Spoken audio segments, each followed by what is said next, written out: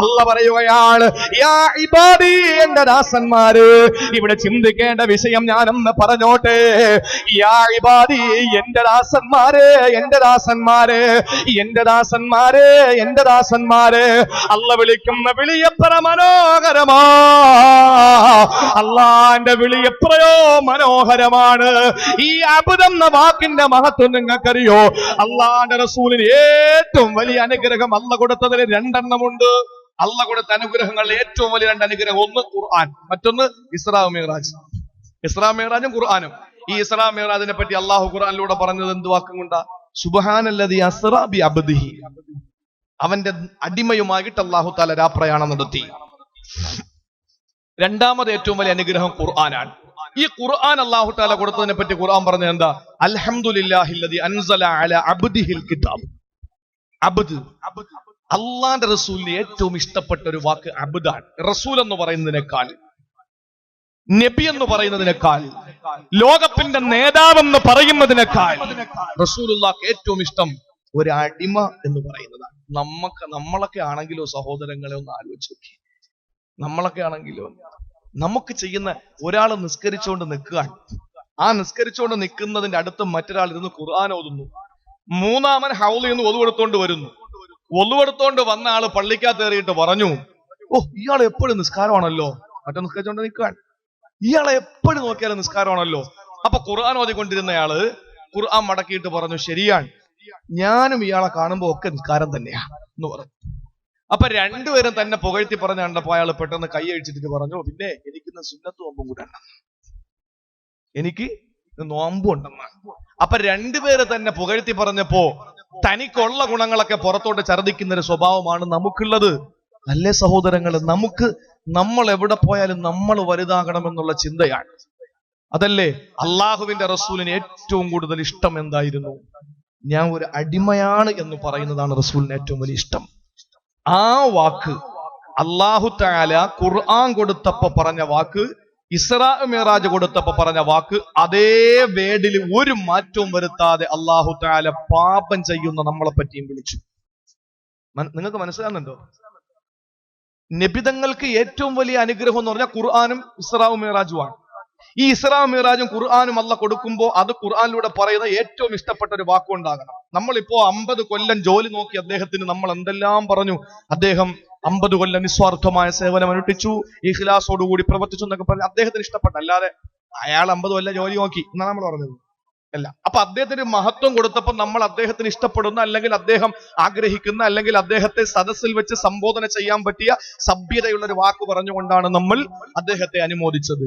ഇതുപോലെ ഖുർആനും ഇസ്രാ മിഅ്റാജും അല്ല കൊടുക്കുമ്പോൾ അല്ലാഹു തആല ഏത് വാക്കുകൊണ്ട് പറയണം? നബിക്ക് ഇഷ്ടപ്പെട്ട ഒരു വാക്കുകൊണ്ട് പറയണം. ആ ഇഷ്ടപ്പെട്ട വാക്ക് അബ്ദാണ്. ആ വാക്ക് കൊണ്ട് തന്നെയാണ് വെള്ളം അടിച്ചവനെ അല്ല വിളിച്ചത്. ആ വാക്കുകൊണ്ടാണ് അല്ലാഹു തആല പലിശ വാങ്ങുന്നവനെയും വിളിച്ചത്.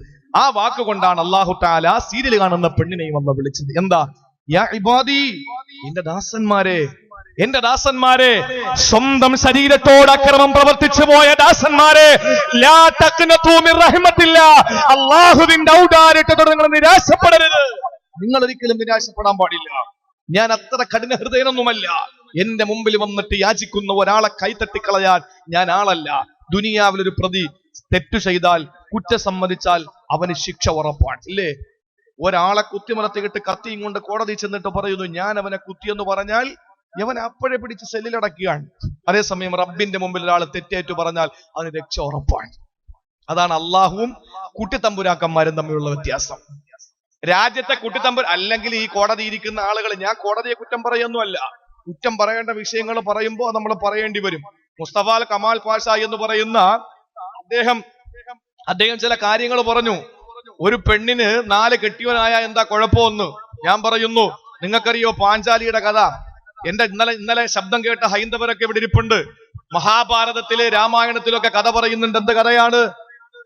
പഞ്ചപാണ്ഡവന്മാരെ സ്വീകരിച്ച പാഞ്ചാലി എന്ന് പറയുന്ന പെണ്ണിന്റെ കഥ പറയുന്നുണ്ട് രാമായണത്തിൽ. എന്താണ്? ആ പെണ്ണ് 5 ഭർത്താക്കന്മാരെ സ്വീകരിച്ചു, പഞ്ചപാണ്ഡവന്മാരെ. അവൾക്ക് പേരിട്ടു പാഞ്ചാലി. പക്ഷെ ഒരു നിബന്ധന വെച്ചു. ഒരു ഭർത്താവിനോട് പറഞ്ഞു 12 വർഷം എന്റെ അടുത്ത്, 12 മാസം എന്റെ അടുത്ത് വരാൻ പാടില്ല, 2.5 മാസം എന്റെ അടുത്ത് കഴിയണം. അടുത്ത ഭർത്താവിന്റെ പറഞ്ഞു 2.5 മാസം എന്റെ കൂടെ കഴിയണം. അങ്ങനെ ഓഹരി ചെയ്തു കൊടുത്തു. പക്ഷേ യുധിഷ്ഠിരൻ എന്ന് പറയുന്ന ഭർത്താവുമൊത്ത് ശയന റൂമിൽ കിടക്കുമ്പോൾ അർജുനൻ എന്ന മറ്റൊരു ഭർത്താവ് കയറി വന്നു, നിയമം തെറ്റിച്ചു. പാഞ്ചാലി അർജുനോട് പറഞ്ഞു, ഇതിന് നിനക്ക് ശിക്ഷയില്ലാതെ മറ്റൊന്നുമില്ല, അതുകൊണ്ട് 12 വർഷം നീ വനവാസത്തിന് പൊക്കോളാൻ പറഞ്ഞു. 12 വർഷം വനവാസത്തിന് പൊക്കോളാൻ പറഞ്ഞു. ഇല്ലെങ്കിൽ പറയട്ടെ, ഹൈന്ദവ സഹോദരനെ ശബ്ദം ശ്രവിക്കുകയാണല്ലോ, അവർ ശബ്ദം ശ്രവിക്കുകയാണല്ലോ. ഒരു പെണ്ണിന് ഒന്നിലധികം ഭർത്താക്കന്മാരുണ്ടായി പോയാൽ എന്റെ പ്രിയപ്പെട്ടവരെ കാട്ടിൽ കയറി മൃഗങ്ങൾ പിടിച്ച് നമ്മളെ തിന്നുകളയും. അള്ളാഹു നമ്മളെ കാത്തിരക്ഷിക്കട്ടെ. അതിന് വിവരമുള്ള ആലിമ്യങ്ങളുടെ അടുത്ത് ചോദിക്കണം, അതിനാ പണ്ഡിതന്മാരുള്ളത്. ഒരു നാട്ടിൽ ഒരു വിഷയം വരുമ്പോൾ ആ വിഷയത്തിൽ എന്താണ് അഫ്ളലുൽ ഇൽമി ഇൽമുൽ ഹാൽ, നമുക്ക് ഇപ്പൊ വേണ്ടത് എന്താണ്? ഞാനിപ്പോ വലിയൊരു പ്രസംഗം അങ്ങോട്ട് നടത്തിയിട്ട് ഞാൻ നിങ്ങളെ കാര്യം പറയുമ്പോൾ എനിക്ക് വേണ്ട സാമാന്യ ബോധം, സാമാന്യ വിവരം, സാമാന്യ മര്യാദ എന്ന് പറയുന്നത് നിങ്ങൾ ഇങ്ങനെ ടൈം നോക്കുന്നു, നിങ്ങൾ കോട്ടുവാ വിടുന്നു, ഉറങ്ങിത്തട്ടുന്നു, ഇങ്ങനെയൊക്കെ കണ്ടാൽ ഞാൻ ഇവിടെ നിന്ന് ആയത്തോതിക്കൊണ്ടിരിക്കലല്ല. അഫ്ളലുൽ ഇൽമി ഇൽമുൽ ഹാൽ, അപ്പോഴുള്ള ഞാൻ പഠിക്കേണ്ട ഏറ്റവും വലിയ ഇൽമെന്ന് പറഞ്ഞാൽ പ്രസംഗം നിർത്തുക, നിങ്ങളെ പറഞ്ഞു വിടുക, അതാണ്. അതല്ലേ വേണ്ടത്. സാമാന്യ ബോധം നമുക്ക് ഉണ്ടാകണം, ഒരു മര്യാദ നമുക്ക് ഉണ്ടാകണം, അതല്ലേ നമുക്ക് വേണ്ടത്. ഒരു മഹാന്റെ കഥ പറയുന്നുണ്ട്. അദ്ദേഹം ഒരാളെ പറ്റി ഉദാഹരണം പറയുന്നുണ്ട്. ഈ കടത്തു വള്ളത്തിൽ യാത്ര ചെയ്യുന്ന ഒരാള്, അയാള് വള്ളത്തിൽ കയറി, ഇങ്ങനെ പാവപ്പെട്ട ഒരു മനുഷ്യനാണ്. ആ മനുഷ്യൻ ഇങ്ങനെ ഒരു കള്ളി മുണ്ടൊക്കെ എടുത്ത്, ഒരു ബനീനൊക്കെ ഇട്ട്, ഒരു തോറത്ത് തലയിൽ കെട്ടിയിട്ട്, ഒരു മുറി ബീഡിയൊക്കെ വലിച്ചിട്ട് ഇങ്ങനെ തുഴഞ്ഞുകൊണ്ട് പോവാൻ. അപ്പൊ സൂട്ടും കോട്ടൊക്കെ ഇട്ട വലിയ ഒരു വിദ്യാഭ്യാസമുള്ള ഒരാള് ഇതിനകത്ത് കയറിയിട്ട് കുറെ ദൂരം അങ്ങോട്ട് ചെന്നപ്പോ എവന്റെ ഈ ലുക്ക് കണ്ടപ്പോ, എവന്റെ ഈ കോലം കണ്ടപ്പോ ഈ കയറിയ ഉദ്യോഗസ്ഥൻ ചോദിച്ചു, ഏയ് നിങ്ങൾക്ക് ബയോളജി അറിയൂ? അപ്പൊ അയാൾ പറഞ്ഞു, എനിക്ക് അറിഞ്ഞൂടാ. അപ്പൊ നിങ്ങളുടെ ജീവിതത്തിന്റെ കാൽഭാഗം നഷ്ടപ്പെട്ടിരിക്കാൻ. അയാൾ പറഞ്ഞു, ബാക്കി മുക്കാലുണ്ടല്ലോ, ഞാൻ എങ്ങനെയും തുഴഞ്ഞ് ജീവിച്ചോളാം, ഒന്ന് മിണ്ടാതിരുന്നാ മതി. പകുതി എത്തി, കുറെ അങ്ങ് ചെന്നു. ആ സമയത്ത് വീണ്ടും ഇയാളുടെ ഈ ലുക്ക് കണ്ടിട്ട് ഇയാൾക്ക് രസിക്കുന്നില്ല. ഇയാളെ ചോദിച്ചു, നിങ്ങൾക്ക് ആസ്ട്രോളജി അറിയോ? അയാൾ പറഞ്ഞു, അറിഞ്ഞൂടാ. ജീവിതത്തിന്റെ പകുതിയും പോയിരിക്കാൻ. അയാൾ പറഞ്ഞു, ബാക്കി പകുതി ഉണ്ടല്ലോ, ഞാൻ സന്തോഷത്തോടെ ജീവിച്ചോളാം. അങ്ങനെ ഓരോ ഓളജികളെ പറ്റി ചോദിച്ചപ്പോ അയാൾക്ക് അറിഞ്ഞൂടാന്ന് പറഞ്ഞു. ഇതിനിടയിൽ വലിയ കാറ്റടിച്ചു, വലിയ കാറ്റ്, കൊടുങ്കാറ്റടിച്ചു. ഈ ഇരിക്കുന്ന ഉദ്യോഗസ്ഥൻ പെട്ടെന്ന് ടൈ പിടിക്കും, പെട്ടെന്ന് ബാഗിൽ പിടിക്കും, പെട്ടെന്ന് മൊബൈലിൽ പിടിക്കും, പെട്ടെന്ന് അയാൾ വള്ളത്തിൽ പിടിക്കും. ആകെ ഒരു വെപ്രാളം. ഒരു കൂസലും ഇല്ലാതെ തുഴഞ്ഞുകൊണ്ട് നിൽക്കുന്നയാള്, അയാൾക്ക് ഒരു പ്രശ്നവും ഇല്ല. അയാൾ ചോദിച്ചു, ഏയ് നിങ്ങൾക്ക് നീന്തോളജി അറിയോ? അയാൾ ഞാൻ അറിഞ്ഞൂടാ. എന്നാ ജീവിതത്തിന്റെ മുഴുവൻ ഇപ്പൊ അങ്ങ് പോവാ, രക്ഷയില്ല. എന്റെ പ്രിയപ്പെട്ട സഹോദരങ്ങളെ, നമുക്ക് ആവശ്യം സാമാന്യ വിവരമാണ്. അത് നമ്മൾ മനസ്സിലാക്കുക. അതുകൊണ്ട് അള്ളാഹു വിളിക്കുകയാണ്, എന്റെ അടിമകളെ, എന്റെ അടിമകളെ, എന്റെ ദാസന്മാരെ. അള്ളാഹു ഇത്ര മനോഹരമായിട്ട് വിളിക്കുന്ന വേറെ ഏത് വാക്കാൻ? അള്ളാഹു തെറ്റ് ചെയ്യുന്നവരെയും വിളിച്ചു, യാ ഇബാദി, എന്റെ ദാസന്മാരെ, എന്റെ മക്കളെ. എങ്ങനെയാണോ ആ രീതിയിൽ അള്ളാഹ് വിളിച്ചിട്ട് പറഞ്ഞു, നിങ്ങൾ നിരാശപ്പെടണ്ട, ഞാൻ പാപം പുറത്തു തരാം, ഞാൻ നിങ്ങൾക്ക് പുറത്തു തരാം. പക്ഷെ ഒരു നിബന്ധനയുണ്ട്. എന്താണെന്നറിയോ? എന്താ നിബന്ധന? ഒന്ന്, ചെയ്തുകൊണ്ടിരിക്കുന്നത് അവസാനിപ്പിക്കുക, പിന്നെ ചെയ്യരുത്. 2, ചെയ്തതിൽ ഒരു ഖേദം നമുക്കുണ്ടാവുക, പടച്ചോനെ ചെയ്തു പോയല്ലോ. 3, ഇനി മേലാ തിരിച്ചാ തെറ്റിലേക്ക് മടങ്ങാതിരിക്കുക. ഇത് അള്ളാഹുമായി ബന്ധപ്പെട്ടതാണെങ്കിൽ. ഇനി ജനങ്ങളുമായിട്ട് ബന്ധപ്പെട്ടതാണെങ്കിൽ ഈ 3നോടൊപ്പം തന്നെ ഒന്നുകൂടെ ഉണ്ട്. ജനങ്ങളെ വാതോരാതെ പരദൂഷണം പറഞ്ഞു, ഏശനി പറഞ്ഞു, അവനെ കുഴപ്പത്തിൽ ചാടിച്ചു, അവനെ ചീത്ത വിളിച്ചു, അവനെ മർദ്ദിച്ചു, അവന്റെ അതിര് തോണ്ടി, അവന്റെ പൈസ അടിച്ചു മാറ്റി, അവനെ എല്ലാ രീതിയിലും ഉപദ്രവിച്ചിട്ട് നേരെ റബ്ബിന്റെ മുമ്പിൽ കൈ ഇങ്ങനെ ഉയർത്തി വെച്ചിട്ട് അല്ലാ അല്ലാ അല്ലാ എന്ന് വിളിച്ചാൽ പടച്ചോൻ പുറത്തു വരൂല. നീ അവിടെ നിന്ന് എഴുന്നേറ്റ് അവന്റെ വീട്ടിൽ പോയി ആദ്യം അവനോട് പൊരുത്തം ചോദിച്ച് അവൻ നിനക്ക് മാപ്പ് തന്നാൽ അന്ന് പുറത്തു വരും. കേൾക്കണോ? ഒരു അമുസ്ലിം സഹോദരൻ തൊട്ടപ്പുറത്തെ വീട്ടുകാരനാണ്. നിന്റെ വീടിന്റെ ബാത്റൂമിന്റെ വെള്ളം എല്ലാം കൂടെ അവന്റെ മണ്ടയ്ക്ക്, അവൻ ഹിന്ദു അല്ലേ, കിടക്കട്ടെ എന്ന് പറഞ്ഞ് അടിച്ചങ്ങോട്ട് വെച്ചു കൊടുത്തു. എന്നിട്ട് നീ പള്ളിയിൽ പോയിരുന്ന് ഇങ്ങനെ തസ്ബീഹായിട്ട് മറിച്ച് നടക്കുകയാണ്. പൊന്നു മോനെ, നിന്റെ തസ്ബീഹ് കളഞ്ഞിട്ട് നീ ആദ്യം പോയിട്ട് ആ വെള്ളം തിരിച്ചു വിട്ടിട്ട് അവനടുത്ത് പൊരുത്തം ചോദിക്ക്. സംഭവിച്ചു പോയി. അവിടെ ഇസ്ലാം ഒരിക്കലും മതത്തിന്റെ അതിർവരമ്പുകൾ അവിടെ വരച്ചു കാണിച്ചിട്ടില്ല. ഒരു മുസ്ലിമിനെ സംബന്ധിച്ചിടത്തോളം, എന്റെ പ്രിയപ്പെട്ട സഹോദരങ്ങളെ, എല്ലാവർക്കും പരലോകം ഉണ്ടെന്നല്ലേ വിശ്വസിക്കുക, അല്ലേ? നമ്മൾ മാത്രമാണോ? ഇവിടെ ക്രിസ്ത്യാനികളുണ്ടോ? ഉണ്ടോ? ക്രിസ്ത്യൻ പള്ളിയുണ്ടോ? ഒരു 10 കിലോമീറ്ററിന്റെ ഉള്ളിലുണ്ടോ? ഉണ്ട്. ക്രിസ്ത്യാനികളുടെ പള്ളികളിൽ നിങ്ങൾ കേട്ടിട്ടുണ്ടോ? നമുക്ക് മാത്രമാണോ സ്വർഗമുള്ളത്? നമുക്ക് മാത്രമാണോ? അല്ല. നമ്മൾ മാത്രമല്ല സ്വർഗത്തിൽ വിശ്വസിക്കുക. അമുസ്ലിം സഹോദരങ്ങൾ, ക്രൈസ്തവ സഹോദരങ്ങള് സൺഡേ സ്കൂളിലൊക്കെ നിങ്ങൾ നോക്ക്, അവരൊക്കെ പറയുന്നത് എന്താണ്? ഞായറാഴ്ചകളില് ക്രിസ്ത്യാനികള് പള്ളിയിലെ ഫാദറിന്റെ മുമ്പിൽ, വികാരി അച്ഛന്റെ മുമ്പിൽ ചെന്ന് കുരിശുമാല അണിഞ്ഞിട്ട് അവര് കുമ്പസാരം നടത്തിയിട്ട് അവര് പറയുന്നത് എന്താണ്? അവര് പ്രാർത്ഥിക്കുന്നത് എന്താണ്? പരലോകമുണ്ടെന്നല്ലേ അവര് പ്രാർത്ഥിക്കുന്നത്? അവര് പ്രാർത്ഥിക്കുന്ന പ്രാർത്ഥനാ വാചകങ്ങൾ എന്താണ്? എൻ സ്വദേശം ഇവിടെയല്ല, ഇവിടെ ഞാൻ പരദേശിവാസിയാണല്ലോ, അക്കരെയാണ് എന്റെ ശാശ്വത നാട്, അവിടെ എനിക്കൊരുക്കുന്ന ഭവനമുണ്ട്. അക്കരയ്ക്ക് യാത്ര ചെയ്യും സിയോൻ സഞ്ചാരി, ഓളങ്ങൾ കണ്ടു നീ ഭയപ്പെടേണ്ട, കാറ്റിനെയും കടലിനെയും നിയന്ത്രിപ്പാൻ ഒരുവൻ പടവിലുണ്ട്. അവർ പ്രാർത്ഥിക്കുന്നത് അങ്ങനെയാണ്. എല്ലാം കണ്ടുകൊണ്ടൊരു ദൈവം ഇരിപ്പുണ്ട്, ഇവിടെയല്ല എന്റെ ജീവിതം, അവിടെയാണ്. പ്രാർത്ഥന നമുക്ക് മാത്രമല്ല, അവരും പ്രാർത്ഥിക്കുന്നവരാ. പ്രാർത്ഥനയ്ക്കുത്തരം നൽകുന്നോനെ, നിന്റെ സന്നിധിയിൽ ഞാൻ വരുന്നേ. അവര് പറയുന്നതാണ്, അവര് പ്രാർത്ഥിക്കുന്നു. അവർക്കും പ്രാർത്ഥനയുണ്ട്, നമുക്കും പ്രാർത്ഥനയുണ്ട്. സ്വർഗം അവർക്കുമുണ്ട്, നമുക്കുമുണ്ട്. അവര് പറയും, കേൾക്കണേ എന്റെ പ്രാർത്ഥന, നൽകണേ യാചന. അവര് പറയും, ഞങ്ങളുടെ ദുആ, ഞങ്ങളുടെ പ്രാർത്ഥന, യാചന ഒന്ന് സ്വീകരിക്കണേ എന്ന് പറഞ്ഞിട്ട് അവര് ദുആ ചെയ്യുമ്പോൾ നമ്മളും ദുആ ഇറക്കുന്നു. ഹൈന്ദവര് ഞാൻ ഇന്നലെ പറഞ്ഞതുപോലെ ഓം സദോമാം സദ്ഗമയ തമസോമാം ജ്യോതിർഗമയ മൃത്യോമാം അമൃതം ഗമയ. എന്താ ഹൈന്ദവ സഹോദരങ്ങൾ കേൾക്കല്ലേ? ഓം സദോമാം സദ്ഗമയ തമസോമാം ജ്യോതിർഗമയ മൃത്യോമാം അമൃതം ഗമയ. ഓം ശാന്തി, ഓം ശാന്തി, ഓം ശാന്തി. ഓംകാര പ്രാർത്ഥന. അസത്യത്തിൽ നിന്ന് സത്യത്തിലേക്ക് ഞങ്ങളെ കൈപിടിച്ചു നിർത്തണേ ഈശ്വര. അധർമ്മത്തിൽ നിന്ന് ധർമ്മത്തിലേക്ക് ഞങ്ങളെ കൈപിടിച്ചു നിർത്തണേ ഈശ്വര. അനീതിയിൽ നിന്ന് നീതിയിലേക്ക്, ഇരുളിൽ നിന്ന് വെളിച്ചത്തിലേക്ക് ഞങ്ങളെ ഒന്ന് കൈപിടിച്ചു രക്ഷിക്ക് ഈശ്വര എന്ന് ഹൈന്ദവ സഹോദരങ്ങൾ ഓംകാര പ്രാർത്ഥനയിൽ അവർ പ്രാർത്ഥിക്കുമ്പോൾ ക്രിസ്ത്യാനികൾ പ്രാർത്ഥിക്കുന്നു, സ്വർഗനാട്ടിലൻ പ്രിയൻ തീർത്തിടും സ്വന്ത വീട്ടിൽ ചേർന്നിടുവാൻ മമകാന്തനെ ഒന്ന് കാണുക ദിനം കാത്തു പാത്തിടുന്നു എന്ന് പറഞ്ഞാൽ, ഞാൻ ദൈവത്തെ കാണാൻ വേണ്ടി ആഗ്രഹിച്ചിരിക്കാൻ. നമ്മളാണെങ്കിലോ അല്ലാഹുമ്മ അജ്ർനാ മിനന്നാർ, അല്ലാഹുമ്മ റബ്ബനാ തഖബ്ബൽ മിന്നാ. അല്ലാഹുവേ, ഞങ്ങളുടെ ദുആ സ്വീകരിക്ക്, ഞങ്ങളെ നരകത്തിൽ നിന്ന് രക്ഷപ്പെടുത്ത്, ഞങ്ങളെ ഇരുളിൽ നിന്ന് വെളിച്ചത്തിലേക്ക് കൊണ്ടുപോവാ. എല്ലാ മതങ്ങളും പറയുന്ന ഒന്ന് തന്നെയാണ്. എല്ലാവരുടെയും രക്തം ചുവപ്പ് തന്നെയാണ്, എല്ലാവരുടെയും നാവ് തന്നെയാണ് രുചി അറിയിക്കുന്നത്, എല്ലാവരുടെയും കണ്ണ് തന്നെയാണ് കാഴ്ച അറിയിക്കുന്നത്, എല്ലാവരുടെയും ശ്രവണപുടങ്ങൾ തന്നെയാണ് കേൾവി അറിയിക്കുന്നത്, എല്ലാവരുടെയും ശരീരത്തിന്റെ തൊലി തന്നെയാണ് സ്പർശനശേഷി അറിയിക്കുന്നത്. പിന്നെ എവിടെയാണ് എന്റെ പ്രിയപ്പെട്ടവരെ അവരുടെ വിശ്വാസം? ചിലർ വിശ്വസിക്കുന്നു ഇന്നതാണ് ശരി, ചിലർ വിശ്വസിക്കുന്നു ഇന്നതാണ് ശരി, ചിലർ വിശ്വസിക്കുന്നു ഇന്നതാണ് ശരി. എന്തിനാണ് തമ്മിലടിക്കുന്നത്? മതങ്ങൾ മനുഷ്യനെ അടുപ്പിക്കാനാണ്, അടിപ്പിക്കാനല്ല. അത് മനസ്സിലാക്കുക. അതുകൊണ്ട് ഞാൻ അറിഞ്ഞെടുത്തോളം കണ്ണൂർ ജില്ലയാണ്, എന്തു പറഞ്ഞാലും പേടിക്കേണ്ട ജില്ലയാണ്. പക്ഷേ ഞാൻ ഈ നാടിനെ പറ്റി മുഴുവനായിട്ടൊന്ന് പഠിച്ചു. ഈ നാട്ടിൽ ഹൈന്ദവനും ക്രിസ്ത്യാനിയും മുസൽമാനും സന്തോഷത്തോടെ കഴിയാൻ അള്ളാഹു നിലനിർത്തി തന്ന് അനുഗ്രഹിക്കുമാറാവട്ടെ. ഇവിടെ ഏതെങ്കിലും ഒരു മുസ്ലിം വീണുപോയാൽ, പള്ളിയിൽ നിന്നിറങ്ങുമ്പോൾ ഒരു മുസ്ലിം തളർന്നു വീണാൽ, അമ്പലത്തിൽ പോകുന്നവന് വണ്ടി എടുത്തുകൊണ്ടിട്ട് പോകണം.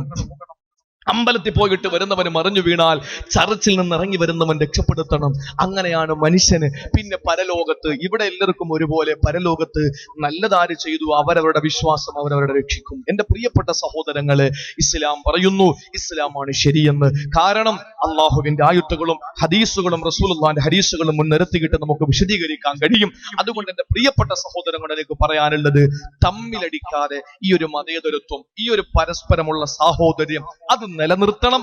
അള്ളാഹു തൗഫീക്ക് നൽകി അനുഗ്രഹിക്കുമാറാവട്ടെ. അത് നമ്മുടെ പ്രിയപ്പെട്ട മക്കളിലൂടെ പകർന്നു കൊടുത്ത് നാളെ ഏറ്റവും വലിയ മതേതരത്വത്തിന്റെ നിലയ്ക്കാത്ത ശബ്ദമായി കാങ്കോൽ എന്ന് പറയുന്ന ചെറിയ ഒരു ഗ്രാമം മാറി ഈ ജില്ലക്ക് തന്നെ ഒരു വലിയ നഷ്ടപ്പെട്ടു പോയ പേരുദോഷത്തിന്റെ ഒരു പേര് തിരിച്ചുവരവിനുള്ള ഒരു രംഗം നമ്മളാൽ ഉണ്ടാക്കിയെടുക്കണം. അള്ളാഹു തൗഫീക്ക് നൽകി അനുഗ്രഹിക്കുമാറാവട്ടെ. എന്റെ സഹോദരങ്ങളെ, ഈ വലിയൊരു മഹാൻ മരിക്കാൻ കിടക്കുകയാണ്. ഞാൻ ചുരുക്കുന്നു, സമയം ഇനി 5 മിനിറ്റ് പ്രസംഗത്തിന് എനിക്കുള്ളൂ. മരിക്കാൻ കിടക്കുകയാണ്. ആ സമയത്ത് അന്നത്തെ ഖലീഫ ഉസ്മാൻ റളിയല്ലാഹു അൻഹു സക്കറാത്തിന്റെ ഹാലിൽ കിടക്കുന്ന ഇബ്നു മസ്ഊദ് തങ്ങളെ കാണാൻ വേണ്ടി പോയി. ഇനി നിങ്ങൾ ശ്രദ്ധയോടെ കേട്ടോളി. ഇബ്നു മസ്ഊദ് റളിയല്ലാഹു തആല അൻഹു സക്കറാത്തിന്റെ ഹാലിലാ. ആ സമയത്ത് ആ നാട്ടിലെ ഖലീഫ ഉസ്മാൻ ഇബ്നു അഫ്ഫാൻ റളിയല്ലാഹു അൻഹു കാണാൻ ചെല്ലുകയാണ്. അവിടേക്ക് ചെല്ലുന്ന സമയത്ത് സക്കറാത്തിന്റെ ഹാലിലാ കിടക്കുന്നത്. ആ സമയത്ത് ഉസ്മാൻ തങ്ങൾ ഖലീഫയല്ലേ വന്നിട്ട് ചോദിക്കുകയാണ്, അല്ലയോ ഇബ്നു മസ്ഊദ്, നിങ്ങൾ മരിക്കാൻ കിടക്കുകയല്ലേ, വല്ല ആഗ്രഹവും നിങ്ങൾക്കുണ്ടോ? എന്തെങ്കിലും ആഗ്രഹം നിങ്ങൾക്ക് പറയാനുണ്ടോ? ആ സമയത്ത് ഇബ്നു മസ്ഊദ് പറഞ്ഞെന്നറിയോ? മരിക്കാൻ കിടക്കുന്ന ഇബ്നു മസ്ഊദിന്റെ ആഗ്രഹം പറയുകയാ, ഇന്ന് മക്കളുടെ മുമ്പിൽ, മരുമക്കളുടെ മുമ്പിൽ, പേരക്കുട്ടികളുടെ മുമ്പിൽ, അരിയന്മാരുടെ മുമ്പിൽ, കുടുംബക്കാരുടെ മുമ്പിൽ, തറവാട്ടിൽ കിടക്കുന്ന ഉപ്പാ മരണവുമായി ബന്ധപ്പെട്ട് കാലുകാലോട് മുട്ടിയുരുമുമ്പോ, കണ്ണിനോട് സലാ പറയുമ്പോ, ഈ ലോകത്തുള്ള ജീവിതം പൂർത്തിയാക്കിയിട്ട് പരലോകത്തിന്റെ പ്രഥമ കവാടമായ ഖബറിലോട്ട് പോകോ നീ തയ്യാറെടുത്ത് കിടക്കുമ്പോ നിന്നോട് ചോദിക്കുകയാണ്, എന്താഗ്രഹമാ നിനക്കുള്ളതെന്ന് ചോദിച്ചാ നിന്റെ തൊണ്ടക്കൊടികൾ ആത്മാവെത്തുമ്പോൾ നിനക്കെന്ത് പറയാനാ പെങ്ങളെ, എന്ത് പറയാനാ? ഇവിടെ ഇബ്നു മസ്ഊദിന്റെ ചാരത്ത് വന്നിട്ട് ചോദിക്കുകയാണ്, എന്താഗ്രഹമാണ് നിങ്ങൾക്കുള്ളതെന്ന് ചോദിക്കുമ്പോ ഇബ്നു മസ്ഊദ് പറയും, എനിക്ക് ഒരേ ഒരു ആഗ്രഹമേ ഉള്ളൂ, അത് അല്ലാഹുവിന്റെ കാരുണ്യമാണ്, പടച്ചോന്റെ കാരുണ്യമാണ്, എന്റെ നാടന്റെ ആ കാരുണ്യമാണ് ഞാൻ കൊതിക്കുന്നത്. ചോദിച്ചു രണ്ടാമത് ചോദിക്കുകയാണ്, നിങ്ങൾക്ക് എന്തെങ്കിലും വിഷമമുണ്ടോ, ദുഃഖമുണ്ടോ, എന്തെങ്കിലും പരിഭവമുണ്ടോ, എന്തെങ്കിലും പ്രയാസമുണ്ടോ? ആ സമയത്ത് ഇബ്നു മസ്ഊദിന്റെ മറുപടി എന്തെന്നറിയോ? ഉണ്ട് ഉസ്മാൻ തങ്ങളെ, എനിക്കൊരേ ഒരു ദുഃഖമേ ഉള്ളൂ. എന്ത് ദുഃഖമാണ്? ഉസ്മാൻ തങ്ങളോട് പറയുകയാണ്, നിറഞ്ഞൊഴുകുന്ന കണ്ണുകളാ, കണ്ണുനീരുട്ടുള്ളികളെ ചാലറ്റ് കവിൾത്തടത്തിലൂടെ ഒഴുകുകയാ. ഇബ്നു മസ്ഊദ് പറയുന്നു, ഉസ്മാൻ തങ്ങളെ, എന്റെ ദുഃഖം എനിക്ക് ഒരേ ഒരു വിഷയത്തിലേ ഉള്ളൂ, അത് ചെയ്തു പോയ പാപങ്ങളില്, ഞാൻ ചെയ്ത പാപങ്ങളും ഞാൻ എന്റെ ഖബറിന്റെ ഉള്ളിൽ ഒറ്റയ്ക്കല്ലേ, അതുകൊണ്ട് ഞാൻ വല്ലാതെ പേടിക്കുകയാണ്. ആ സമയത്ത് ഉസ്മാൻ തങ്ങളുടെ കീശയിൽ കിടന്ന കുറച്ച് സ്വർണ്ണാഭരണം എടുത്ത് ഇബ്നു മസ്ഊദിന്റെ നേരെ നീട്ടിയിട്ട് ചോദിക്കുകയാണ്, ഇബ്നു മസ്ഊദ്, നിങ്ങൾ ഇന്നേ വരെ ബൈത്തുൽ മാലിൽ നിന്നും ഒന്നും പറ്റിയില്ലല്ലോ, നിങ്ങളൊന്നും ഇന്നേ വരെ സ്വീകരിച്ചില്ലല്ലോ, ഇന്ന് വരെ ഒരു നയാ പൈസ പോലും നിങ്ങൾ സ്വീകരിച്ചില്ലല്ലോ, അതുകൊണ്ട് ഇത് നിങ്ങൾക്ക് ഇരിക്കട്ടെ എന്ന് പറഞ്ഞപ്പോ ഇബ്നു മസ്ഊദ് പറയുകയാണ്, തൊണ്ട പൊട്ടിപ്പിടിച്ച് കഴുത്ത് പൊട്ടിപ്പിടിച്ചിട്ട് പറയുകയാണ്, ആത്മാവ് വിട പറയാനെടുത്തിരിക്കുന്നു, ഉസ്മാൻ തങ്ങളെ, എനിക്കെന്തിനാണ് പൈസ, എനിക്കെന്തിനാണ് പൈസ? പക്ഷേ കാങ്കോളിലെ മുസ്ലിമേ, നിനക്കത് പറയാൻ പറ്റുമോ? അല്ലാഹു പറഞ്ഞു, അൽഹാകുമുത് തകാസുർ, അൽഹാകുമുത് തകാസുർ, അൽഹാകുമുത് തകാസുർ. നിങ്ങളുടെ പെരുമ നടിക്കല്, നിങ്ങളുടെ പെരുമ പറയല്, നിങ്ങൾക്ക് അവിടെ സ്ഥാപനമുണ്ട്, എസ്റ്റേറ്റ് ഉണ്ട്, ബംഗ്ലാവ് ഉണ്ടെന്ന് പറയല് നിങ്ങളെ നശിപ്പിച്ചിരിക്കുകയാണ്. ഏത് വരെ നിങ്ങൾ പറയൂ,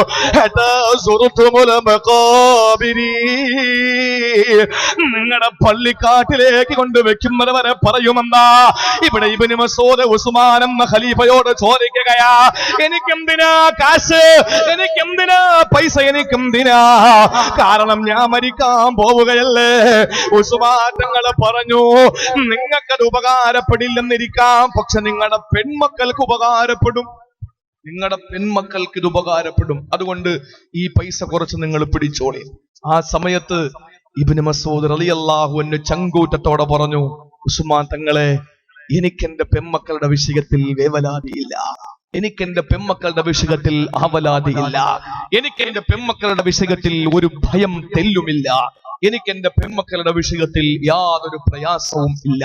എന്തുകൊണ്ടെന്ന് ചോദിച്ചപ്പോൾ, പണമുണ്ടാക്കാൻ എന്റെ പെൺമക്കൾക്കറിയാം, അത് നെയ്യപ്പവും ഉണ്ണിയപ്പവും വെള്ളപ്പവും ചുട്ടിട്ടല്ല, മറിച്ച് ഇബ്നു മസ്ഊദ് റളിയല്ലാഹു അൻഹു പറഞ്ഞു കൊടുത്തു, എന്റെ പെൺമക്കൾ ഇന്ന പെൺമക്കളാണ്, അവർ ഇന്ന രീതിയിൽ പൈസ ഉണ്ടാക്കുന്നവരാ, ഇന്ന രീതിയിൽ അവർക്ക് പൈസ വരും, എനിക്ക് ഉറപ്പുണ്ട്, അതുകൊണ്ട് നിങ്ങൾ തരുന്ന പൈസ എനിക്ക് വേണ്ട.